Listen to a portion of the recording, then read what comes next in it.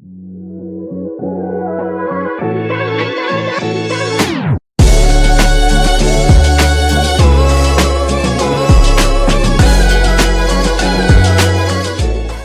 Pass has been one of the most important services in gaming for years. But in 2025, things have changed, and not just a little. New subscription tiers, new rules, new features, and yes, higher prices. A lot of players are wondering the same thing right now. Is Xbox Game Pass still worth the money today? In this video, I'm breaking down every important change, what you actually get for your subscription in 2025, what got better, what got worse, and finally, whether it's still a good deal for you. Let's get into it. Let's start with the biggest change, the new tier system. In 2025, Game Pass is no longer just console, PC, and Ultimate. Microsoft reorganized everything into a structure that's supposed to be more clear, but in reality, it confused a lot of people. The first tier is Essential. This one focuses on online multiplayer and a limited catalog of older games. It's basically the modern version of Xbox Live Gold, but with a small library included. If you don't care about new releases, this might be enough, but for most people it's very limited. Then you have the Standard tier. This gives you access to the full catalog on either console or PC, depending on what you choose. No cloud gaming here, but you do get the complete library of rotating games, including indies and some AA titles. This is what most casual players probably end up choosing. And finally, there's Ultimate. This is the all-in-one package with console, PC, cloud gaming, EA Play, and extra perks.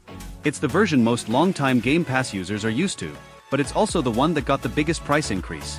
Overall, the new system gives more choices, but it can feel overwhelming if you're not familiar with the changes. Now let's talk about the part everyone felt immediately, the price. In 2025, Microsoft raised the price of Game Pass across almost every tier. Ultimate is now significantly more expensive than it used to be, and even the standard tier costs more compared to the older console and PC subscriptions. For new users, the jump is noticeable.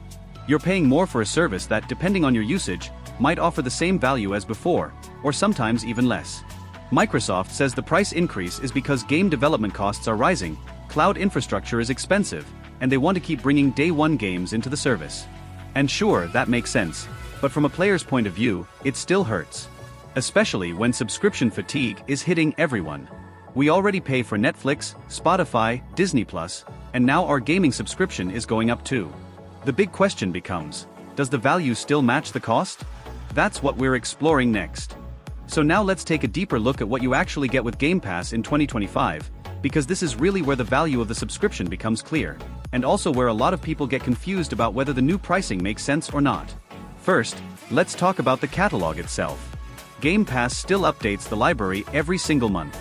You get new indie games, AA games, and sometimes even big AAA titles. Not as many day one AAA titles as before, but they still happen depending on partnerships and deals. Some surprise launches still drop with no announcement, which keeps the service feeling fresh. In 2025, one of the biggest additions is the integration of Ubisoft Plus Classics. This gives access to a curated selection of Ubisoft titles, including older Assassin's Creed games, some Far Cry entries, Watch Dogs, The Crew, and a variety of smaller Ubisoft franchises. It's not the full Ubisoft Plus subscription, but it's a solid lineup if you enjoy open worlds or action-adventure games. And the list grows over time, so every few months you might find something new to play. Then there's cloud gaming. This part of Game Pass keeps getting better each year. The streaming quality is more stable, input lag has improved, and many games support touch controls on mobile. You can play on a phone, a tablet, a smart TV, or a low-end laptop. For players who travel a lot, or for people who don't have a powerful PC or the latest Xbox, this feature alone can make the subscription worth it. And of course, Game Pass continues to be a great place to discover indie titles. Many smaller studios launch directly on the service, so their games can reach a wider audience. You get puzzle games, platformers, RPGs, survival games, roguelites, a huge variety you might never risk buying individually. So even though not every major game launches day one anymore, the amount of content you have access to every month is still very strong. But Game Pass isn't perfect in 2025, and it's important to talk about the downsides too. The first issue is still the rotation. Games come in, and games go out. Sometimes great titles leave right when people were discovering them. If you like to take your time with games, this can be frustrating. Another downside is that some big third-party day one releases have become less frequent. Publishers have realized they can make a lot more money by selling their games at full price instead of dropping them on Game Pass immediately. There's also the fact that first-party Xbox releases have slowed down. Some big titles are still coming, but not at the pace Microsoft originally promised. And finally, if you stop your subscription, you lose everything instantly, including games you downloaded, saved, and played for hours. That's just how subscription services work, but it always feels a bit painful. So the question becomes, with these pros and cons, is Game Pass still worth it? The honest answer is, it depends on the type of player you are. If you're someone who plays a lot of different games every month, indies, AA games, multiplayer titles, Game Pass is still one of the best deals in gaming.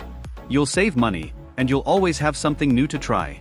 If you're a big Ubisoft fan, the inclusion of Ubisoft Plus Classics adds more value than before. You can replay old favorites or discover games you missed.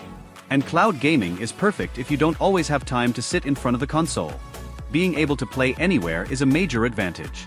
But if you're a player who only focuses on 1 or 2 big titles a year, the new higher price might not be worth it. At that point, it might be cheaper to just buy the games you want individually. The other factor is, do you prefer owning your games or renting access to them? Game Pass gives you a ton of choice, but nothing you can keep forever. So the real question is, how do you play games? Because the answer changes depending on your habits. So at the end of the day, Game Pass in 2025 is still a strong service, but not the unbeatable deal it used to be. You get a lot of content, especially on Ultimate, but you're also paying more than ever. Some players will find incredible value. Others might feel like the price doesn't match their personal usage anymore. Now it's your turn to tell me. Is Game Pass still worth it in 2025, or is it becoming too expensive? Let me know your opinion in the comments. I'm really curious to see what the community thinks.